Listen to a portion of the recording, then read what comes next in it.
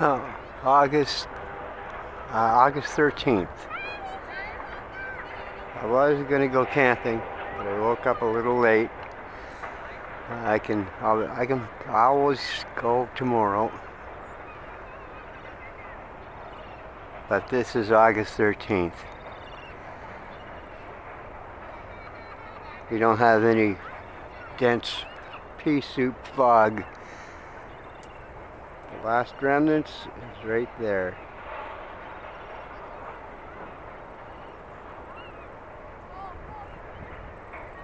It is gorgeous.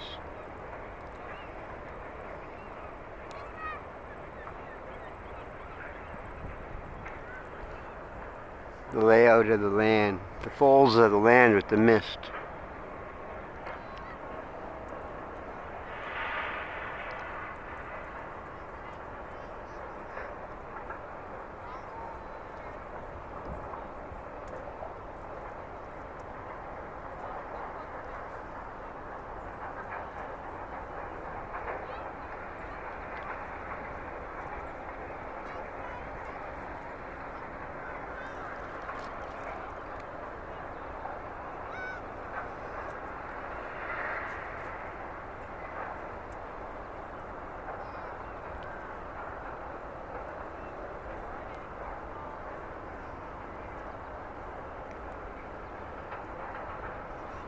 Now we got one of those. Is that one of the big brown seagulls? I think it is. There's the ducks right there. Those are the eider ducks.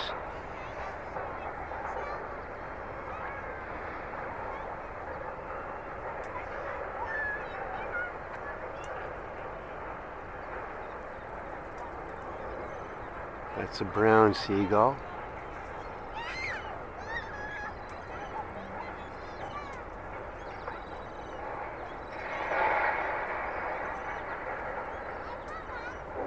The tide is just on its way out.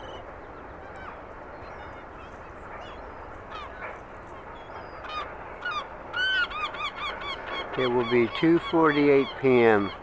for the peak of low tide. It's only 10 a.m. now.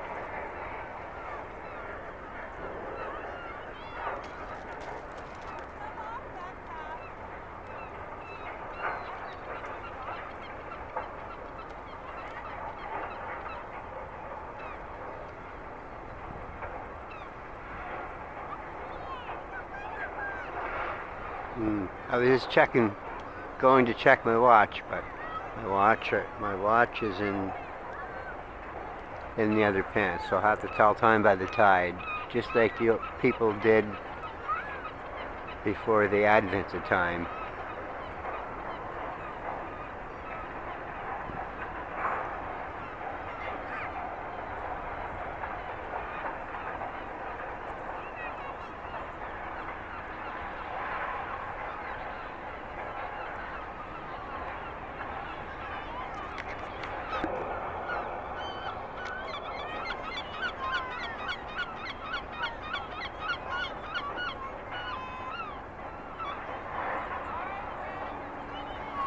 So,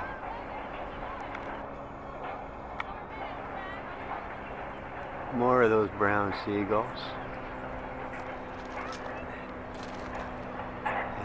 Right now, there's silver sides are spawning. The silver sides are in the harbor now. They're small. I guess they're small fish. And this is what the cormorant's going after, but I'm sure he'll take any other kind of fish.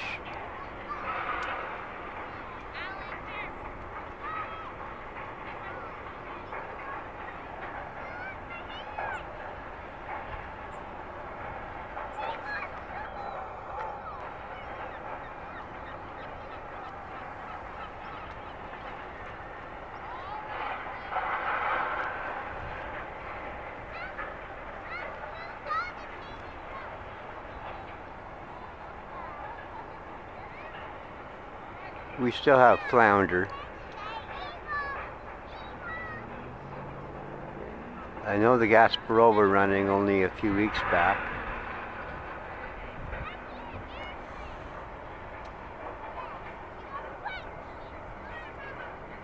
I think silver sides are a type of sardine, because the sardines and herrings do their run around now.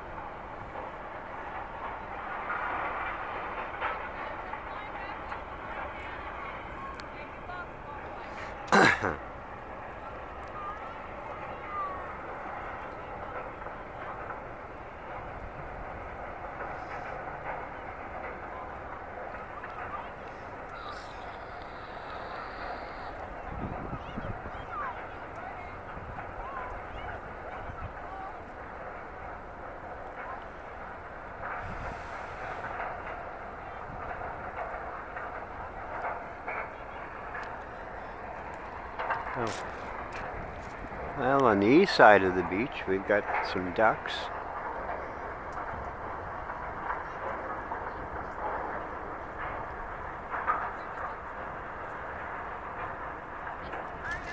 Yeah, over the night it was a bit foggy. So this is that's the sun just burning off the moisture in the hills.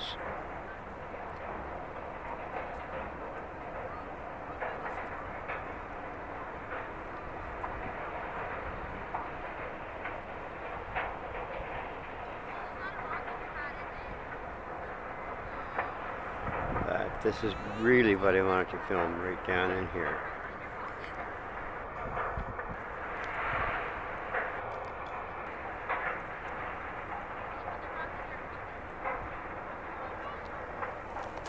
The ducks are going after their food. Certain types of seaweed and crab, and I believe they might eat sea worm too, and they eat algae. Yeah, this is their grocery store.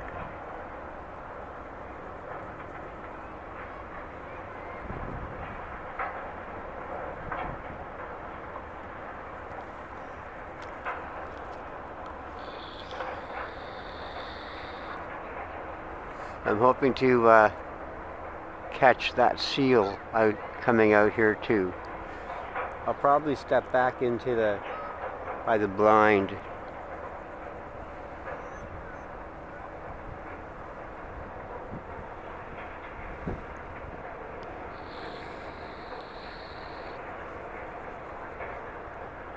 At the blind, I have there's some shade, and it's going to be very hot today, so I will want some shade.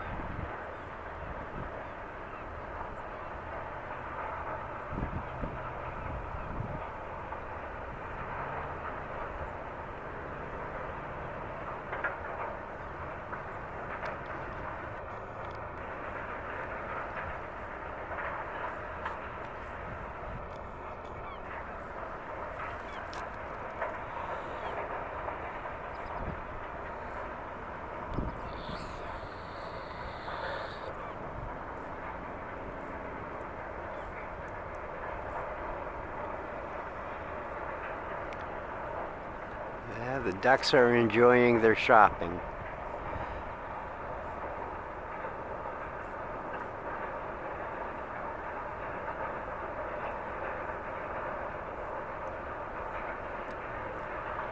Considering the size of the coastline in New Brunswick, these ducks have a huge shopping center.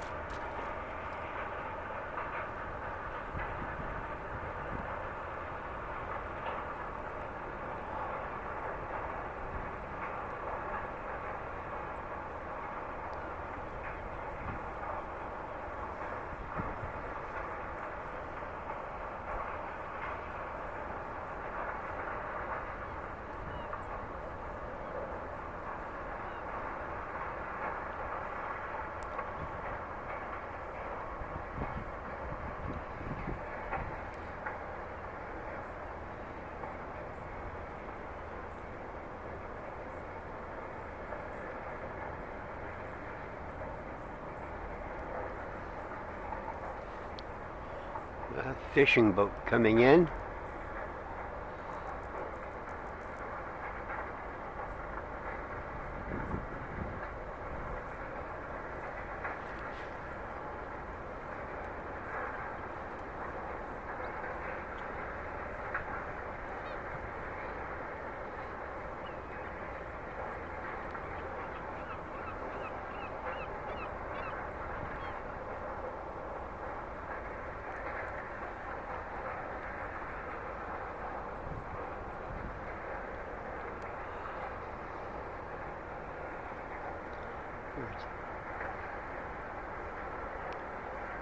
I was drinking some water and the boat slipped out of slipped out of view.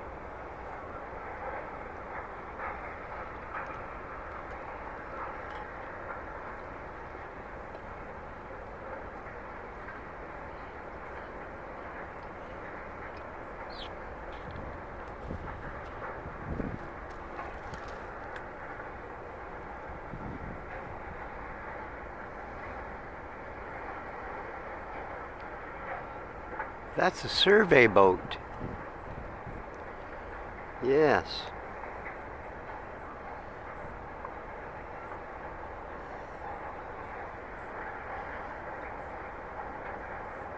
They're measuring the depth of mud on the harbor bottom.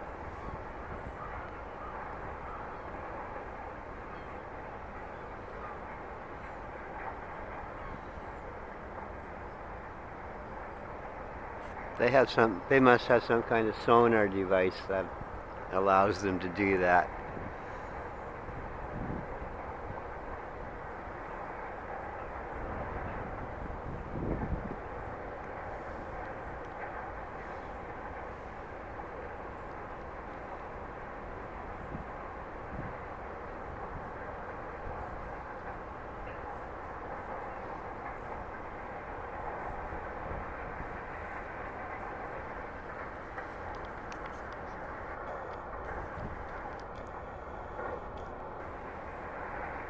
You see the difference in the waters?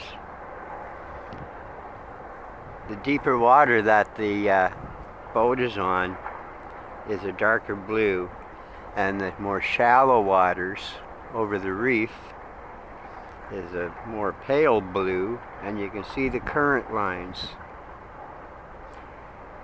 That's actual reef outlines marked by the different currents.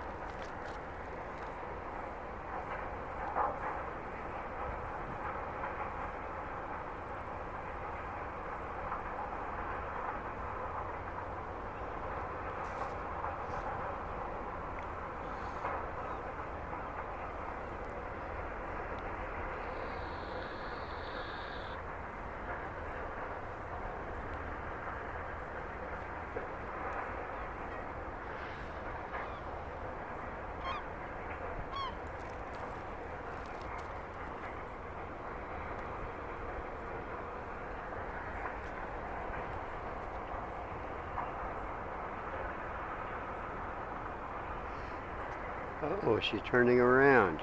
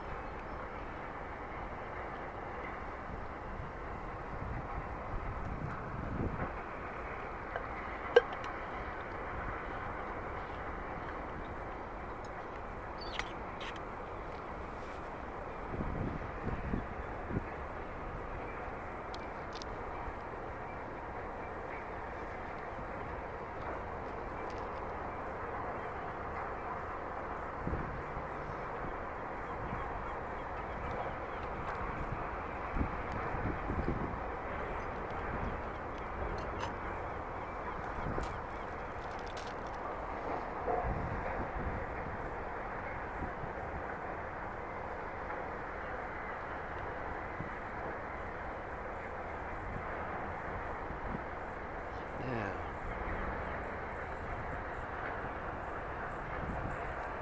Oh, there's the Jewel. That's quite an island. Now, I read up on its history. It is actually an extinct, a very small extinct volcano. Back during the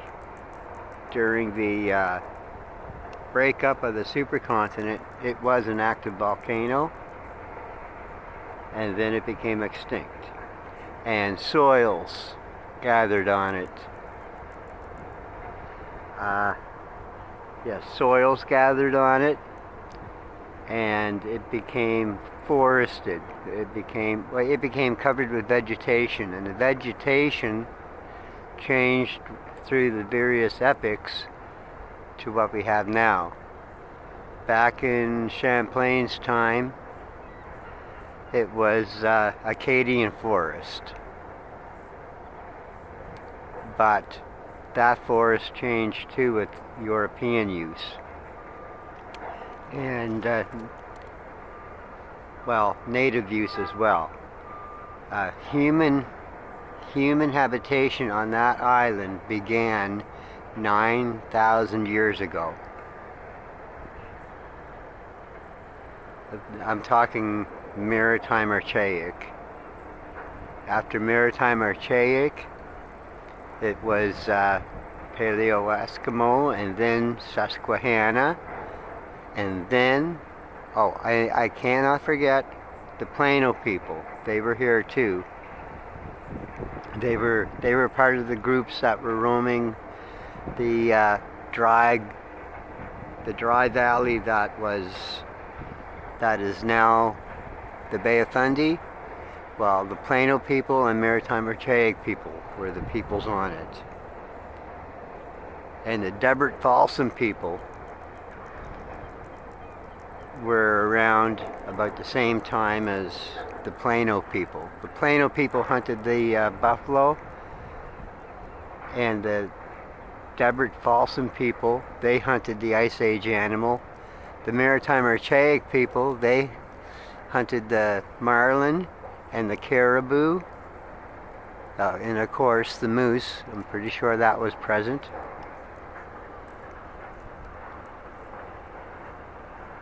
And we can't forget the sea mammals. There's two types of seals here, the gray seal and harbor seal. These seals were present for thousands of years as well. It wasn't until about 3,000 years ago that no, not 3,000 years ago.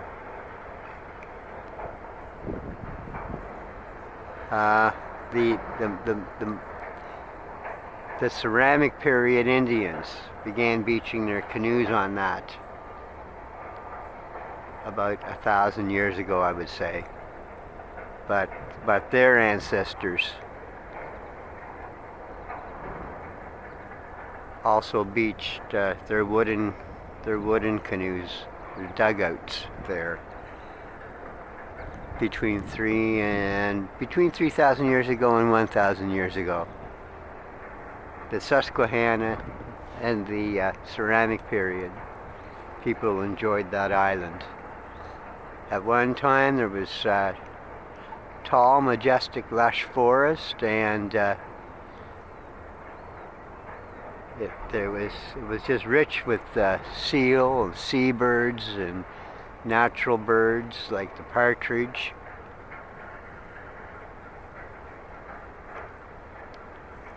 And today, 9,000 years later, there is the remnants of 20th century buildings. There's a lighthouse.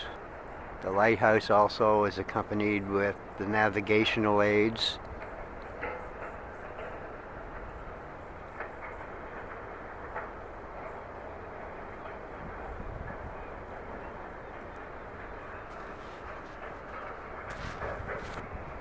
And running over the history of that, and running over the history of Mount Simpson volcano throughout the channel history, that explains why there's so much volcanic material here. Because we have chert and we have agate. The agate comes from wood, bone, or coral. The chert is volcanic glass left over from volcanic activity. Yeah,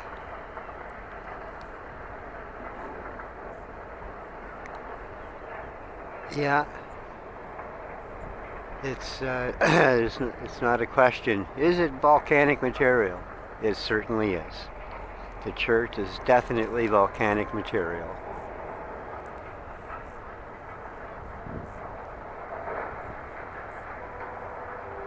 The shore is actually rich with it. It is rich with the agate.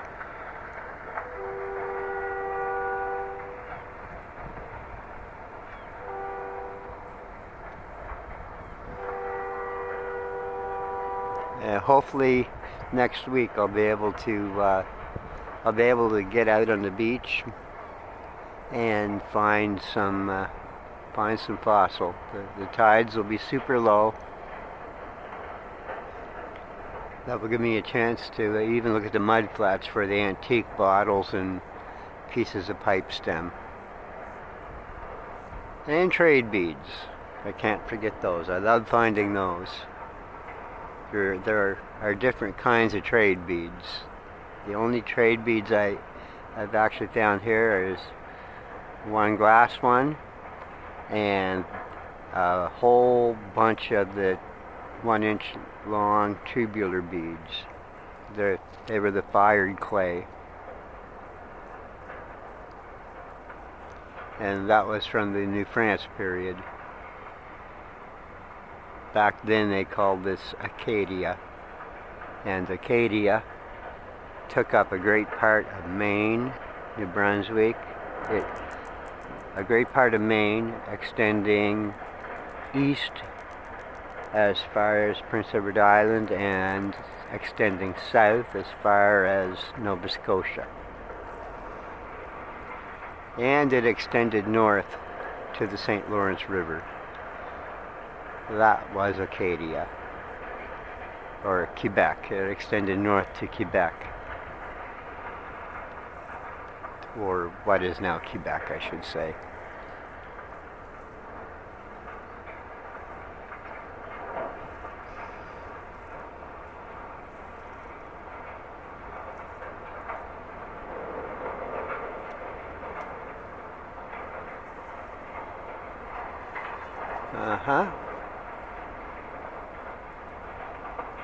Oh, I see one of the little ringneck birds in the mud flat. I'm gonna get it. I'm gonna film it here. I'll start a new video.